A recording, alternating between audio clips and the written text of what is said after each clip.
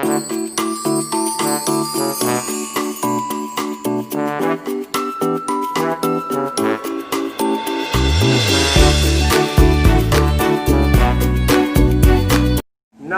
संस्कृताय। संस्कृत कक्षा में आपका स्वागत है। मैं प्रतीतराम वर्मा,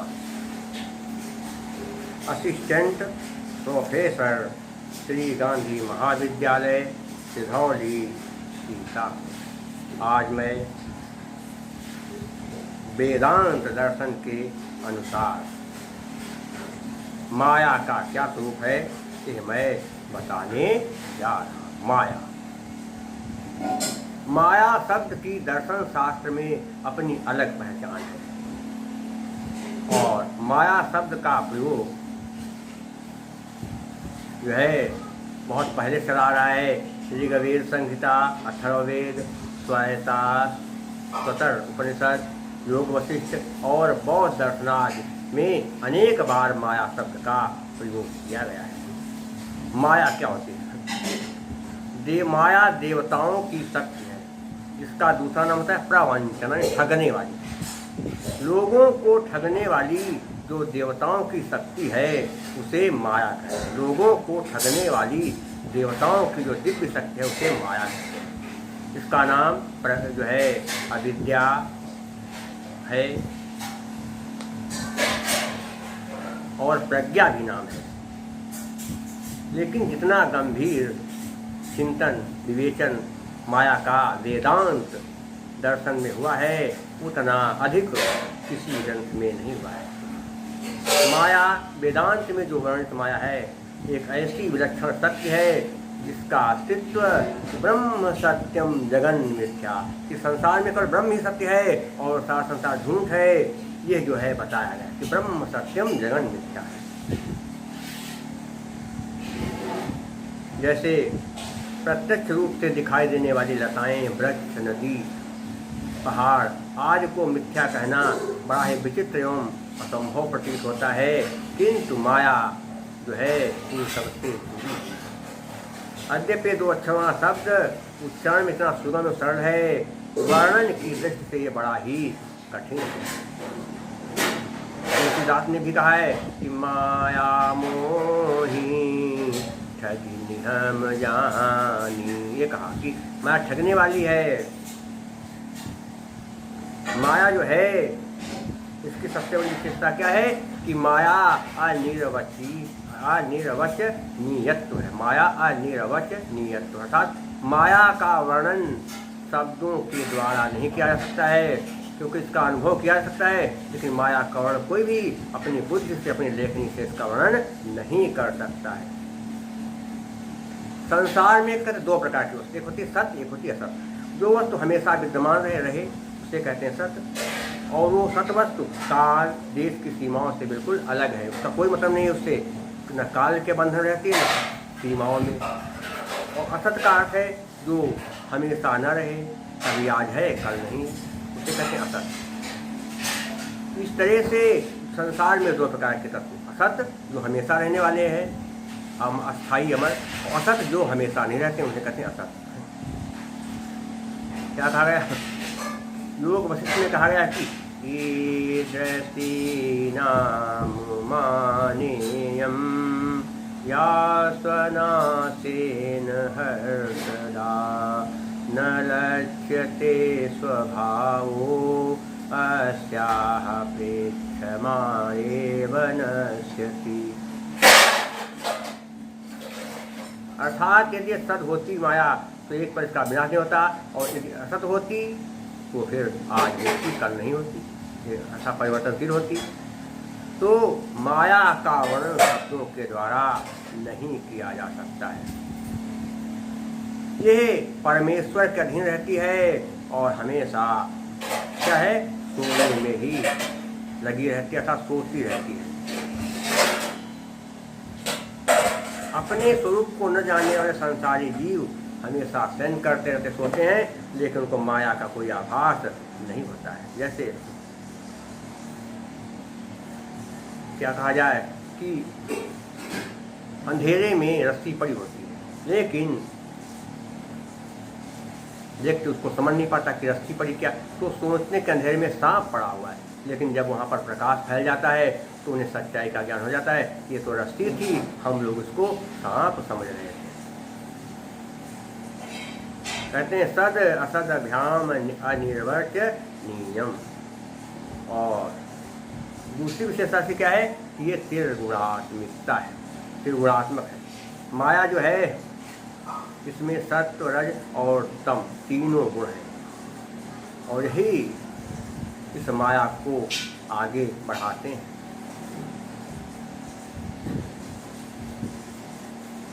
कहा जाता है कि माया जो है इसमें सत्व गुण, ये जो है कभी सीधे साधे सरल लोगों में रहती है, कभी कभी बिलासी और ठाट बाट से जीने वाले लोगों में रहती है, और कभी जो है उल्टे सीधे क्रियाकलाप करने वाले भक्ष भक्ष पदार्थ खा लेने वालों के साथ रहती है। तो माया में तीन गुण, ये तो एक सरल स्वभाव वालों के साथ रहती है, और कभी जो है ये राष्ट्रीय स्वभाव लोगों के साथ रहते हो, कभी कभी ये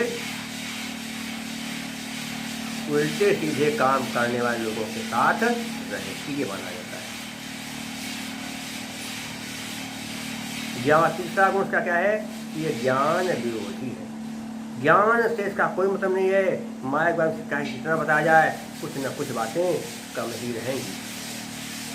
कहा जाता है कि अज्ञान के कारण मनुष्य रस्सी को साफ समझ करके भयभीत हो जाता है। यथा रज्जुम परित्यज्य सर्प विहरति वै भ्रमात् तत्तद् सत्यमभिज्ञाय जगत पश्यति मूढ़धीः। ये होता है सांप, रस्सी को देखकर व्यक्ति उसे सांप समझता है और बेचारा उसके चक्कर में जो है पड़ जाता है और उससे डरने लगता है।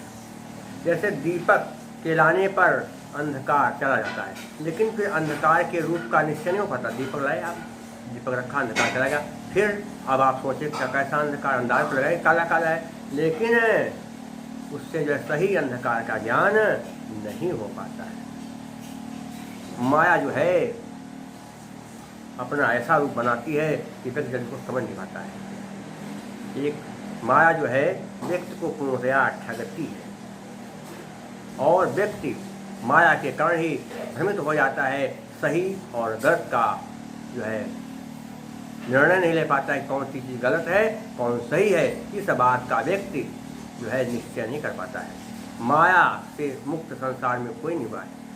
देवी देवता सब माया से ग्रस्त रहते हैं, क्योंकि माया भगवान की ऐसी शक्ति है जो सबको नचाती रहती है, सबको माया मोह के चक्कर में फंसाती रहती है। माया से बड़े बड़े लोग जो हैं धोखा खा गए, और लेकिन उनको एहसास नहीं हुआ कि माया क्या है। एक नवयुवक जो था बहुत बड़े घर का था, जमींदार था। उसने सोचा कि माया मोह चक्कर में क्यों पड़े, चलो भगवान का भजन करें, कहीं जंगल में रहेंगे। ये सोच करके वो कहते अपने एक बाबा के पास गया, कहा बाबा जी मुझको अपना शिष्य बना लो। बाबा ने कहा ठीक बन जाओ, रहो यहीं पर। और वो क्या हुआ, वो लड़का रहने लगा, काफ़ी दिनों तक रहा, गुरु जी की सेवा किया, भगवान का पूजन भजन किया। कहा चलो कम से कम मैं संसार से मुक्त हो गया, पैसा बहुत था लेकिन मैं अब संसार में नहीं रहूँगा, भगवान का भजन करूँगा। इसके बाद उस नवयुवक के गुरु जी कहीं जाने लगे, तो उस नवयुवक ने कहा कि गुरु जी आप कहाँ जा रहे हैं। गुरु जी ने कहा कि अभी मैं जा रहा हूँ, मैं 1-2 साल में लौटूंगा, तब तक तुम आराम से रहना, खाना पीना, लेकिन त्रिगुण की तिकड़म से बचकर रहना, अर्थात माया से बचकर रहना। तो उस नवयुवक ने कहा त्रिगुण की तिकड़म। गुरु जी ने कहा हाँ त्रिगुण की तिकड़म, क्या मतलब क्या है कि माया जो है त्रिगुणी है, उससे बचकर रहना है। ऐसा क्या होता है कि 3 प्रकार के गुण, त्रिगुण। सतोगुण जो होता है किसके द्वारा, यश के द्वारा मारता है। सतोगुण जो है उसमें माया ऐसा करते कि व्यक्ति सोचता हमारा नाम दुनिया में पैदा हो जाए, इसके लिए वो माया चक्कर में बन जाता है। रजोगुण में क्या होता है कि कहते धन के चक्कर में जो है व्यक्ति पड़ जाता है, तो जिंदगी भर पैसा कमाओ, रुपये इकट्ठा करो, इसके चक्कर में रहता है व्यक्ति, माया में जो है बन जाता है। और चौथा का कहते क्या होता है, जो है व्यक्ति सारी सुख सुविधाओं के भोगने के चक्कर में रहता है, सोचता है हम सब कुछ करें तो उसमें हमको सफलता मिले। तो ये 3 प्रकार। उसने कहा ठीक गुरु जी, मैं ध्यान रखूँगा, मैं नाम कमाने के चक्कर में नहीं रहूँगा, यश जो है नाम कमाने यश प्राप्त करने के चक्कर में नहीं रहूँगा, और धन पाने के चक्कर में नहीं रहूँगा, और उल्टे सीधे किसी दुष्कर्म से मैं बचूँगा। उन्होंने कहा ठीक है। इसके बाद क्या हुआ, वो 9 एक बड़ा घूम रहे थे, जंगल में घूमते। एक दिन उन्होंने देखा कि जो है थोड़ा काम था उनको, तो थोड़ा ज़मीन खोदने लगे। और जैसे वो ज़मीन खोदने लगे, थोड़ा पता नहीं कुछ काम लगा, ज़मीन खोदा तो देखा एक सोने की जो उनको खान दिखाई पड़ी, सोने की खान जो सोना भरा था। उन्होंने तुरंत उसको झाँप दिया, कारी ये तो बहुत बड़ा पाप हो जाएगा, सोने से हमसे क्या मतलब, सोने से कोई मकाम ही नहीं। तो तब तक वहीं पर क्या कहते आगे के कहते चरवाहे आ गए। देखा कि ये नवयुवक जो है बाबा अभी कुछ खोद रहे हैं, फिर क्या कहते उसको पाट रहे हैं, क्या मामला है। वो चरवाहे गए, कहा अरे बाबा जी ये आप क्या खोद दे पहले, फिर इसके बाद उसको आप मूंद रहे हैं, पाट रहे हैं, क्या मामला है। अरे बाबा ने कहा अरे मैं क्या बताऊँ, अरे इसमें भाई जो है सोना था, इसलिए मैं सोचा सोना को क्यों देखूं, सोने से मेरा क्या मतलब, हम साधु महात्मा लोग, हमसे सोने से क्या मतलब है। चरवाहों ने कहा हाँ बात सही, आप महात्मा आदमी, सोने से क्या मतलब, सोने का काम तो हमारा है। और फिर क्या किया, उन चरवाहों ने बाबा जी को एक पेड़ में बांध दिया और सारा सोना वहाँ का खो दिया।